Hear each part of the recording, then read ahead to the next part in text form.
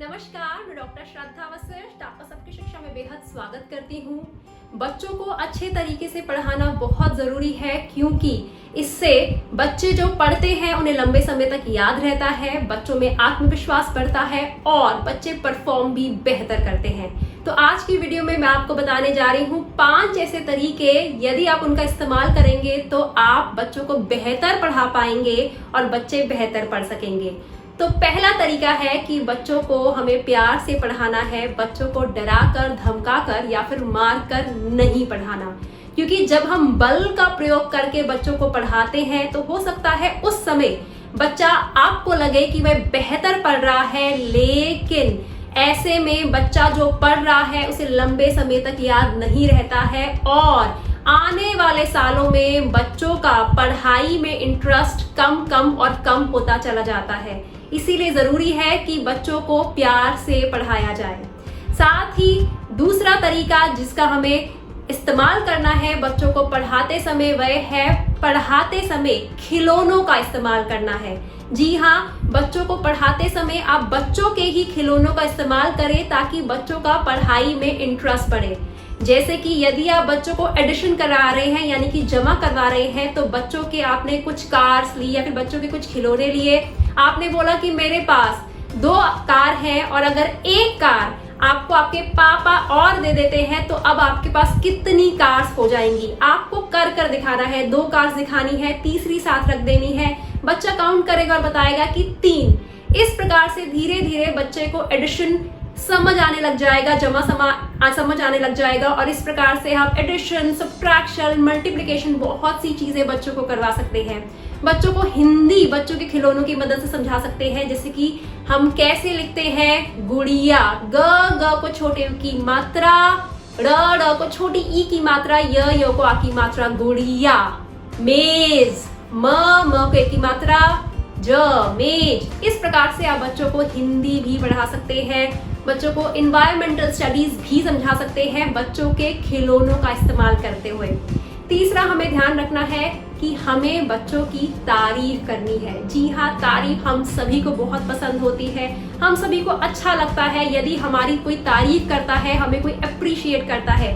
तो जिस दिन बच्चे पढ़ाई में थोड़ा सा भी पहले से बेहतर परफॉर्म करें तो बच्चों को बोले, अरे आज तो आपने बहुत अच्छे तरीके से पढ़ाई की है, आप पहले से बहुत बेहतर हो गए हो, मुझे लग रहा है आपकी प्रोग्रेस बहुत फास्ट हो रही है।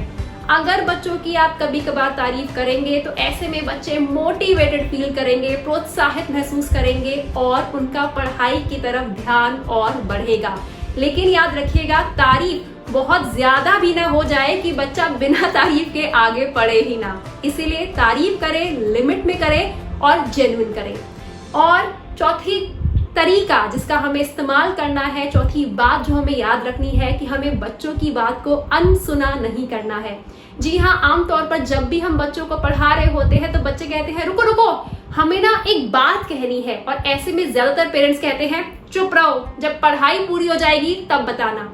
हो सकता है बच्चा जो बात कह रहा है वह पढ़ाई से ही जुड़ी हो सकता है बच्चा कोई ऐसा उदाहरण दे रहा हो वह उससे संबंधित हो जो आप पढ़ा रहे हैं, हो सकता है बच्चे कोई कहानी या इंसिडेंस या फिर कोई घटना आपके साथ बांटना चाहता हो, साझा करना चाहता हो, जो पढ़ाते समय उसके ध्यान में आई हो और जो उसे लगता है महत्वपूर्ण हो। ऐसे में बच्चों की बात को अनसुना ना करें, बच्चे की बात सुने और बच्चे को बताएं बार बार कि पढ़ते समय हमें पढ़ाई के अलावा बाकी बातें नहीं करनी है। लेकिन बच्चे को चुप रहने की आदत मत बच्चे में डेवलप करिए। बच्चे को यह मत कहिए कि चुप हो जाओ, अभी मत बोलो, क्योंकि जब पेरेंट्स बच्चों को चुप रहने के लिए कहते हैं तो ऐसे बच्चे क्लास में भी चुप रहते हैं। बहुत बार ऐसा होता है टीचर सवाल करती है और बच्चों का जवाब आता होता है लेकिन बच्चा हाथ खड़ा नहीं कर पाता क्योंकि उसके मन में घबराहट होती है, क्योंकि घर में उसे बोलने का माहौल नहीं मिला होता है, क्योंकि उसे घर से ही चुप करवा दिया गया होता है।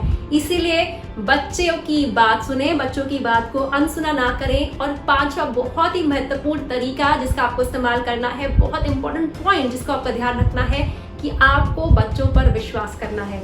जी हाँ, बहुत बार ऐसा होता है हम पेरेंट्स बच्चों का टेस्ट ले रहे होते हैं और बच्चा कई बार अच्छा परफॉर्म नहीं कर पा रहा होता है, तो ऐसे में पेरेंट्स कहते हैं तुमने बिल्कुल तैयारी नहीं करी, मैंने तुम्हें इतना समय दिया था लेकिन तुमने बिल्कुल पढ़ाई नहीं करी। तो ऐसे बच्चे कहते हैं हमने पढ़ाई करी थी लेकिन टेस्ट जब आपने बोला, लिखने को बोला या फिर आपने डिक्टेशन दी तो हम भूल गए।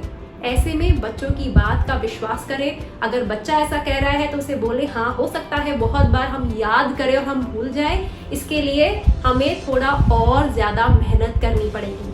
और छोटे छोटे एग्जाम्पल देना चाहती हूँ छोटे बच्चों के साथ। जब छोटे बच्चे C और L साथ लिखते हैं तो वह D की तरह दिखता है। तो बहुत बार पेरेंट्स कहते हैं कि C और L में जो आपने लिखा है, या C और L नहीं लिखा, आपने D लिखा है, और बच्चा कहता है नहीं मैंने C और L लिखा है। तो ऐसे में माँ बाप बच्चों को डांट देते हैं। या फिर भ और म, भ लिखते समय यदि बच्चा ऊपर डंडी खींच देता है गलती से तो बाबा बोलते हैं आपने म करा है, बच्चा बोलता नहीं मैंने तो भ ही लिखा था। ऐसे में बच्चों की बातों का विश्वास करें। याद रखिएगा जब माता पिता बच्चों पर विश्वास करेंगे तो बच्चों में आत्मविश्वास बहुत बढ़ेगा, सेल्फ कॉन्फिडेंस बहुत बढ़ेगा। जब बच्चों में सेल्फ कॉन्फिडेंस बढ़ेगा तो वे सिर्फ पढ़ाई ही नहीं, जिंदगी की हर फील्ड में प्रोग्रेस करेंगे, आगे बढ़ेंगे। और इस दुनिया में माँ बाप ही होते हैं जो बच्चों की बात का विश्वास करते हैं। और जिन बच्चों को घर पे विश्वास नहीं मिलता, जिन बच्चों पर घर पर ही विश्वास नहीं किया जाता, उन बच्चों को आगे जाकर कहीं ना कहीं मुश्किलें पड़ती हैं।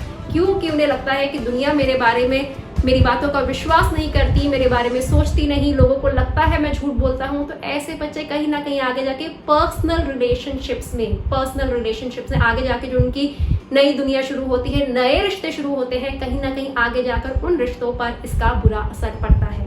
तो 5 तरीके मैंने आपको बताए। यदि आप इनका इस्तेमाल पढ़ाते हुए करेंगे, यदि आप इन 5 पॉइंट्स का ध्यान रखेंगे तो यकीनन आपके बच्चे की पढ़ाई पर इसका सकारात्मक यानी कि पॉजिटिव असर जरूर आपको देखने को मिलेगा। बच्चे जो भी याद करेंगे वह उन्हें लंबे समय तक याद रहेगा। और साथ ही साथ बहुत महत्वपूर्ण बात कहना चाहूंगी, आपके और बच्चे में जो रिलेशनशिप है, वह जो रिश्ता है, वह मजबूत होगा। उम्मीद करती हूँ इस वीडियो से आपको लाभ होगा। मुझे डॉक्टर श्रद्धा वशिष्ठ को इजाजत दीजिए। नमस्कार।